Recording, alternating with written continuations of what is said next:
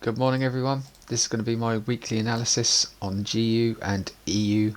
Let's just talk about last week. Last week was a bad week for me, to be honest. I was really doubting my bias and yeah, just took too many losses and just didn't end up with having a good week. So basically, I won't go over all the losses, but I had a bearish bias because I was looking at this thinking we were inside of this range and we could start to see a drop. So I was looking for short. So I ended up taking 4 losses going short, and I took a very lower time frame win, which which was a 2.5. So yeah, ended up about 1.5% down. So not a great week, but after looking at it, it did make sense to go long. But obviously that doesn't help me now. But yeah, it did kind of make sense. So let's just go over it and we will come up with something. So let's go on the monthly time frame. Let's mark it up a little bit. So I have already done this a little bit, so I kind of know where I am. This was my range from this high to this low. This is my current range. We have come into this weekly block, filling this imbalance right here. Filled the imbalance. We took out this inducement, this liquidity right here, and we have target down here. So, but also I'm targeting these sort of areas down here, to come and fill this imbalance, to take out this liquidity, to come and target this liquidity. But what has happened? So we came into this block, we came down and we broke structure on the monthly time frame. We broke structure here. So this is why I think we're getting the pullback now, because we broke structure, which is liquidity, so we took out this liquidity, and now we're getting the pullback. On the weekly time frame, looks a little bit better. So on the weekly time frame, yeah, I'm aiming for this to get taken, but obviously we took out liquidity, so now we're going to get the pullback just like this. We were bearish overall. If you look at this as a range from say here to here, when we were up here, we took out this liquidity. So what happened? We got the pullback and then the continuation. So that's kind of what I'm looking at on this. We took out the liquidity, and now we get the pullback and then the continuation bearish. So although it looks pretty like we've had like a pretty bullish month or 4 weeks, it is all inside of this weekly range, and it makes sense because the higher time frame makes sense to come and take out this, or where we're coming from on the higher time frame, this monthly block, to come and drop down. So we are bearish still, but I just got it wrong and failed to see the pullback last week, and that's why I got caught in my bias really. So let's just go back to the weekly. So this is my weekly high. You have to bear with me, I've got a bit of a cold, so it might sound a little funny. This is my weekly high, this is my weekly low, this is my external, and then if we just have a look inside of this, let's just tidy this up.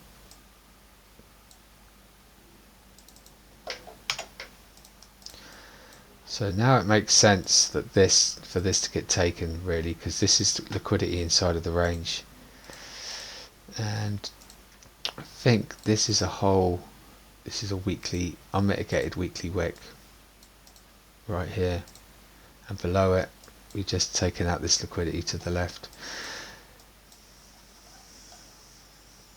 So let me just go to the 12. So these longs, if I was a little bit better at trading, I should have picked up on this really. I should have picked up on it, and I should have trusted it, because look, we had a range from here to here, Price came and took internal range liquidity and then pushed down and took external range liquidity.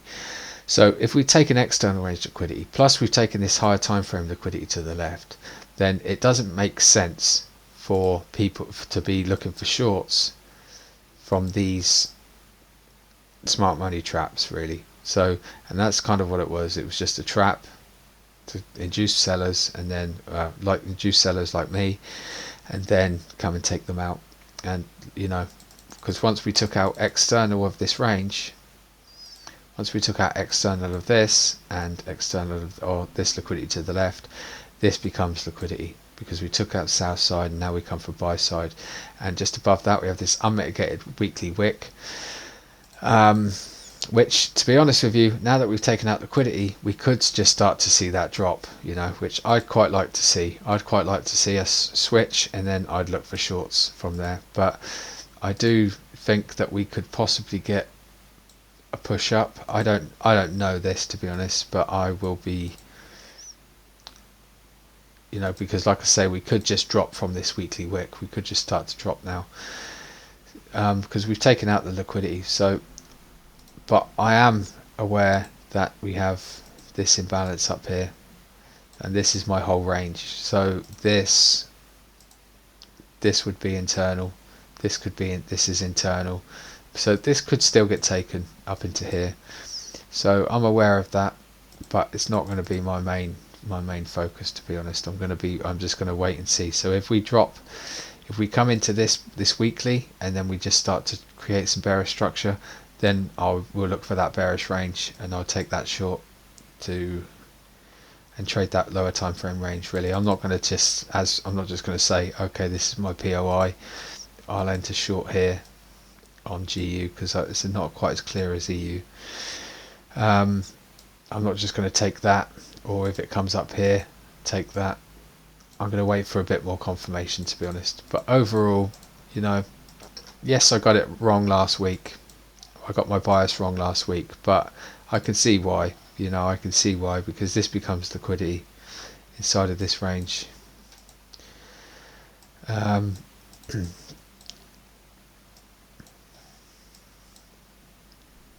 Yeah, just like this, a lot, like if we were here,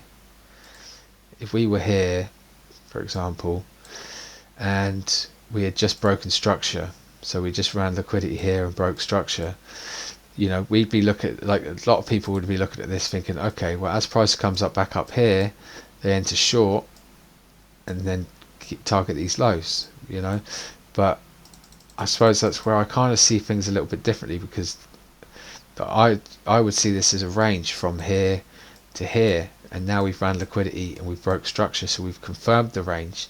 So I would look for longs from here, whereas a lot of people would see this as a break of structure for us to then continue down. And then what happens is we go and push up. See that order block got that imbalance where they would have shorted, got taken out, and then we kept pushing bullish. So that's kind of the similar situation I'm looking for here. I mean, yeah, we've had a break of structure here, but that's also inside of this bigger range and becomes internal to external. But either way, I'm interested to see what happens, because I am a little bit I don't have full confidence in it, because last week I thought I was right and I ended up taking too many losses. So I don't have full confidence in it. So I'm more interested to see how it plays out, really. I don't really care too much about catching a win or taking a loss. I want to see my bias play out, because I know that if I get my bias right, then it becomes easy. The entries become easy, and yeah, if you get the bias wrong, then the entries are always going to be a miss on the lower time frames. Like, for example, if I was a bit smarter and we took out this liquidity and then I was looking for buys last week, I mean, there was quite a few good opportunities to look for buys. I mean, even on the 4-hour time frame, but on the lower time frames, it was just good. Like, we had a range from here to here. Oh, this wasn't last week, was it? This was, where are we? Friday, Monday. Yeah, look, as price came into here, you could have went long. You could have waited for this confirmation, You didn't, because I would have been looking for this. That didn't happen, but then you got this run of liquidity, and then this break of structure, and then you got this long. You got this long from down here to come and take out this. You know, there was on the lower time frames. There was a lot of lower time frame bullish ranges that just got respected. So I understand the importance of just getting the bias right. And sometimes the range looks perfect on the lower time frames, but you know, if you don't get the bias right on the higher time frames, then the range is never going to work. So yeah, but I'm not perfect. You know, I make mistakes. I make mistakes too much, to be honest. And but you know, I'm just trying to be a good trader, trying to learn from my mistakes. And that's kind of my idea, really. Just wait for confirmations from these areas and see what happens. If we keep pushing bullish up into here, then great. I'd quite like to see that. But then I wouldn't care if it dropped. If it drops from here, I get confirmation to go short. That's what I'll do. If it keeps pushing, then I get confirmation to come short from up here. That's what I'll take. And it kind of lines up with my bias on EU as well. So I've already marked this one up, so we won't go too mad on this. But yeah, you know, we still have imbalance down here. We took out this liquidity to the left. So similar situation on EU to GU. We're getting that pullback. That's why we were bullish last week. Just go to this. Go straight to the 12-hour. So 12-hour time frame.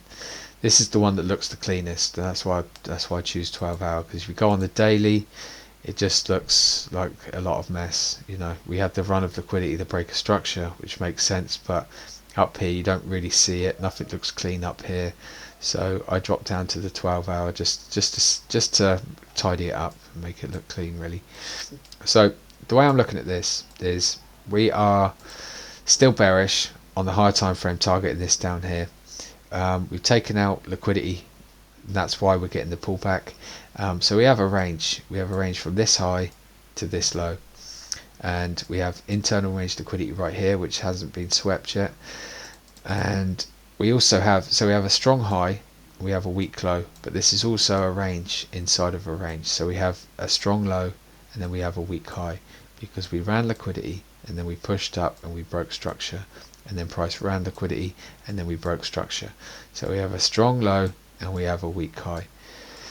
And price has came into here, taken out this internal range liquidity with that big gap. We took out internal, we came into this POI down here, and now we're pushing up to come and take external range liquidity. And the way I'm viewing it is that this is an inducement. This is internal range liquidity, and I'd like to see price tap into here and then we drop.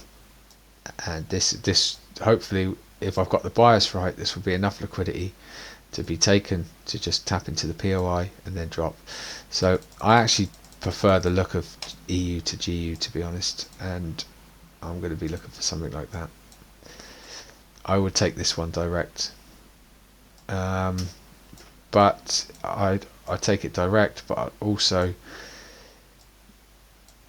also be interested in scaling in if we get some confirmation. So I'll take it direct, but if we start to get some